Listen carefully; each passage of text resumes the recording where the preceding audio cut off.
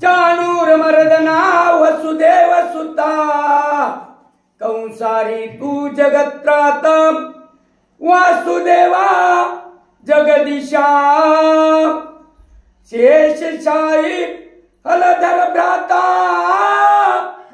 भाव प्रिया सुदर्शन दर्शिता द्रौपदी लज्जा रक्षण करता पाठीरा काम मिरविसी जैसा पांडवाचा पाठीरा का तैसा मिरवसी मम दोन्निका भक्तिसार ग्रंथ कौतुका भागवरदा मनविसी मागिले ज्ञाई विराजती लादली गाळतवे भरतरी प्रती पिंगले करिता स्मशान चित्ती पूर्ण तप आचरता तया क्लेशाच्या उद्देशी मित्रावरुणी दत्तापासी श्रुत करुणी स्वतानासी एवनिया पौटला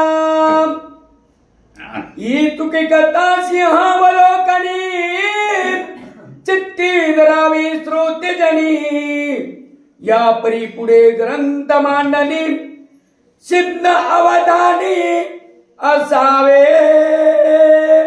सद्गुरुनाथ महाराज की जय। सकल श्रोत्यांच्या चरणारविंदी नतमस्तक होऊन कथेला प्रारंभ। मागच्या अध्यायामध्ये आपण पाहिलेलं आहे की पिंगलीने काय केलं म्हणजे पती गेले म्हणून आपण सती जाऊन आपल्या देहाचा काय केलेला आहे त्याग केलेला आहे आणि आपण काय म्हणले आपलं हित करून घेतलं आणि त्याच्या योगानं भरतानाथ काय करत होते पिंगलीचा शोक करत स्मशान वाटिकेत बसत होते पण ही गोष्ट मित्रावरुणीला म्हणजे सूर्यनारायणाला पाहवत नव्हती कारण आपल्या मुलाचा अहित होत आहे आणि आपला मुलगा ह्याच्यातच बुडून गेलेला आहे अशा प्रकारचा निरोप घेऊन तो दत्तात्रयापाशी गेला आणि तिथून येऊन आता कथेला दुसऱ्या कथेला प्रारंभ झालेला आहे। श्रोत्यांनी तो अवधानपूर्वक कथन ऐकावं अशी मालू कवी सगळ्यांना विनंती करीत आहेत म्हणतात। असो गर्भांद्रितम चंद्रनाथ ठेवणी गोरक्ष करावया तीर्थ महिलागी ब्रह्मत गिरणार प्रतिपातला।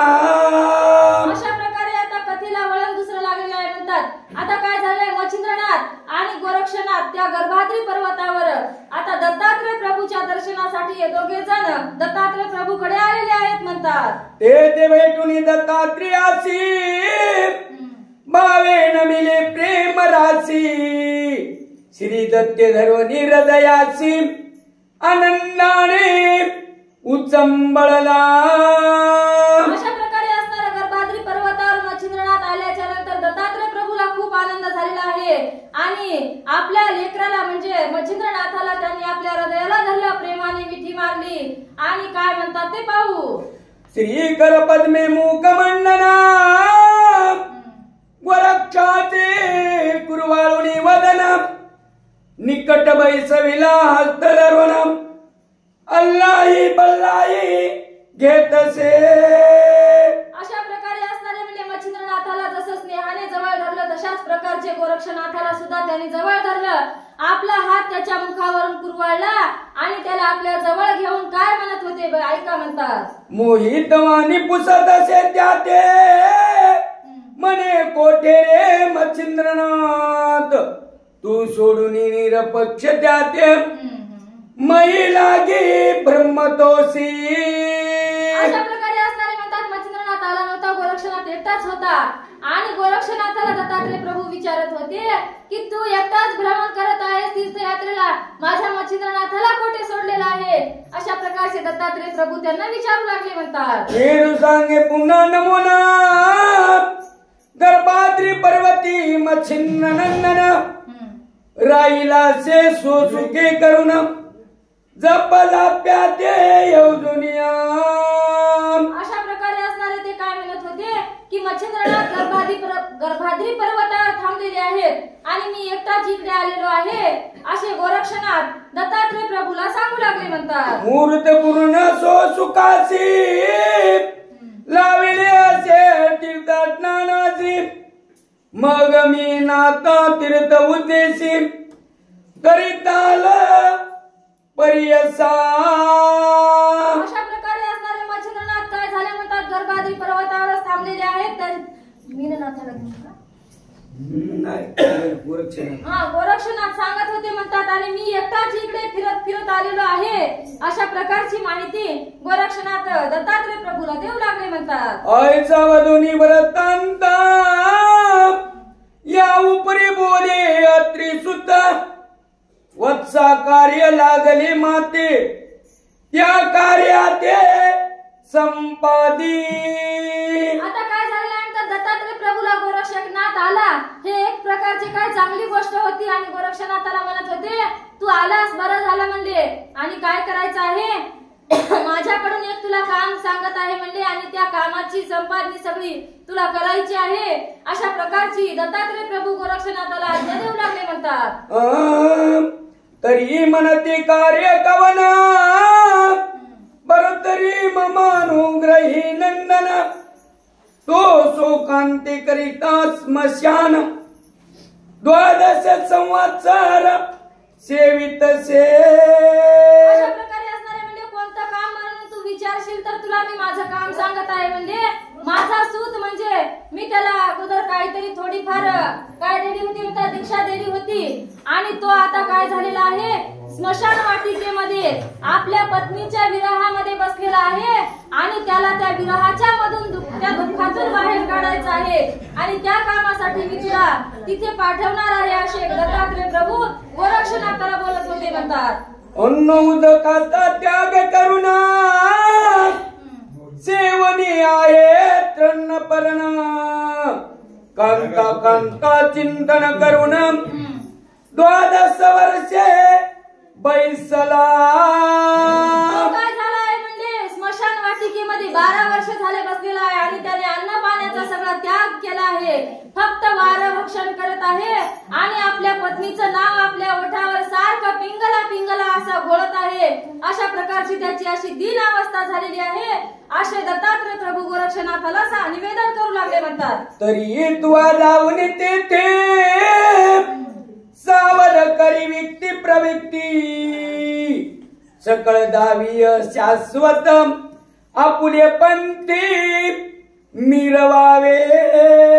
आता काय कर म्हणजे तू त्या ठिकाणी जा, आणि त्याला काय कर, युक्ती प्रयुक्तीने तू त्याच्यामधून त्याला काढ. आणि त्याला सांग की हा संसार कसा आहे, नाशिवंत आहे, अशाश्वत आहे, आणि आपण शाश्वत पंथामध्ये जन्माला आलेलो आहोत. आपण या संसाराच्या रहाटगाडग्यामध्ये गुंतायला आलेलो नाही. अशा प्रकारची काहीतरी त्यांना बोधाचं गोष्टीचार सांगून त्याला या रहाटगाडग्यामधून वर काढण्याचा प्रयत्न कर, असे दत्तात्रय प्रभू गोरक्षनाथाला सांगू लागले म्हणतात. त्याची मी अनुग्रह जेव्हा दिला, तेव्हाची गुंतविला संकल्पाला, की सोडून वैभव पंताला नाथ पंथी मिरवेन मी. अशा प्रकारे असणारे म्हणजे मला 12 वर्षाच्या अगोदर, 12 नाही 24 वर्षाच्या अगोदर दत्तात्रय प्रभू भेटले होते.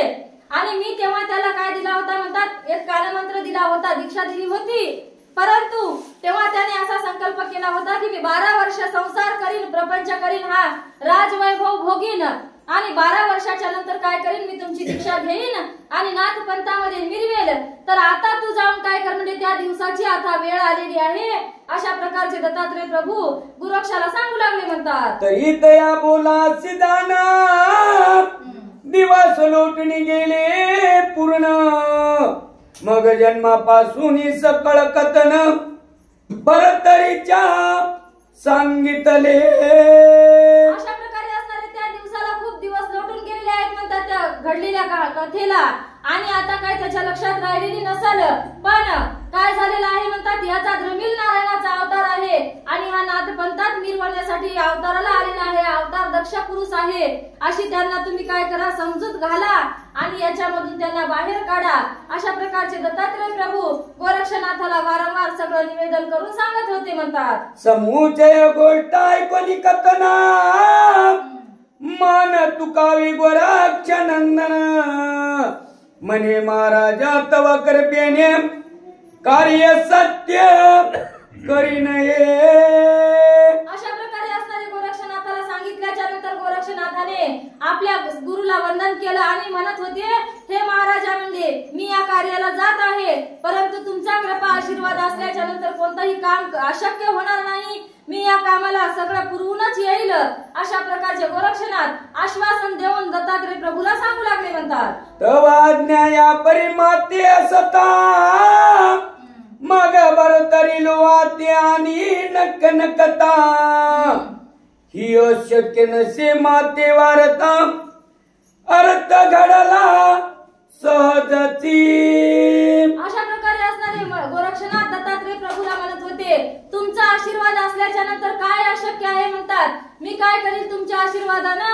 भरतरीनाथ काय आहे, लोखंडाचा आहे आणि त्या लोखंडाचं सोनं करण्याची ताकद तुमच्यामध्ये आहे आणि तसंच मी त्याचं सोनं करील. अशा प्रकारचे दत्तात्रय प्रभू गोरक्षनाथ दत्तात्रय प्रभूला म्हणू लागले. म्हणतात, गो